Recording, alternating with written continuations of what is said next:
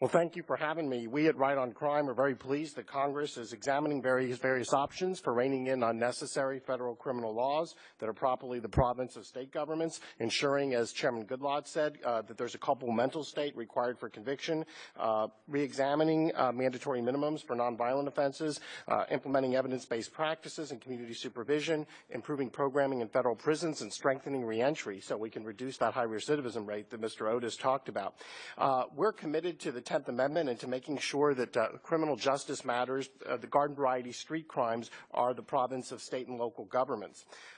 We recognize that although there's been a six-fold increase in incarceration rates from the early 70s to today, that some of that was necessary, particularly to incarcerate violent and dangerous offenders for long periods of time. But we believe that the pendulum swung too far, and now we have too many nonviolent and low-risk offenders behind bars, and that through developments in new technologies and techniques, whether they're drug courts, electronic monitoring, risk and needs assessments, we have a better ability to supervise more nonviolent offenders in the community. Over the past several years, we've worked with conservative governors, conservative lawmakers across the country to enact successful reforms, including many dealing with mandatory minimums that we're discussing today. As an example, 29 states in the last decade have reduced mandatory minimums relating to nonviolent offenses, and crime has continued to decline. One example was South Carolina reduced mandatory minimums as part of a comprehensive reform in 2010. And has declined dramatically in South Carolina, 14% since reducing those drug mandatory minimums. So we would argue that we need to re-examine mandatory minimums for several reasons, and simply those, of course, relating to nonviolent offenses. Number one, of course, they can result in excessive prison terms, and the reality is the vast majority of those affected by it are not supervisors, leaders, kingpins. That's only 7% of those cases. And so instead, what we need to do is look at the fact that most individuals affected by federal drug mandatory minimums are in fact nonviolent. More than half had no prior criminal record, 84% no weapon involved. Now, certainly, we can also see, even outside of the drug issue, another example is when somebody has ever had an offense, even decades ago, they can't have a gun or they're subject to federal mandatory minimums. There was a gentleman in Tennessee who had a hunting turkey with a rifle and had a minor offense decades ago, ended up with a 15-year mandatory minimum. And the federal judge in that case, like many other federal judges, including many conservative ones like Judge Cassell, have said the sentence I'm being forced to hand down by this mandatory minimum is excessive. Now, of course, mandatory minimums are supposed to produce uniformity, but they have not done that, and part of that is because of the enhancements, the 851, the 924 enhancements that prosecutors can file.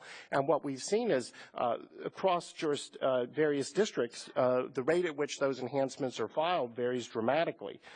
In one district, it was 3,994% more likely to file an enhancement than another. And another question is really, we have to look at essentially the main reason mandatory minimums for nonviolent offenses came into being was the concern that judges were exercising excessive discretion. But interestingly, in fiscal year 2013, only 17.8% of the below guideline sentences were as a result of judicial cultures. More than 38%, and this is drug offenders, came from urging of prosecutors for substantial compliance and other reasons. So judges are actually adhering very closely to the sentencing guidelines in more than 80% of the cases. Now, it's also been argued mandatory minimums are necessary to encourage defendants to plead guilty. 97% of federal cases are resolved by guilty plea. And in fact, the Sentencing Commission found a greater percentage of those federal criminal charges that don't apply to mandatory minimums resulted in a guilty plea compared to those that where mandatory minimums do apply. Now, we certainly don't want to have unlimited discretion. In Texas, for example, we have sentencing ranges for various crimes. 18 states have sentencing guidelines. There does need to be some constraint on judges. So I think it's a false dichotomy to say we have to just go back to where judges can decide on any sentence willy-nilly. Now, let me just address a couple of other issues. One is that we're still talking about people going to prison for a long time.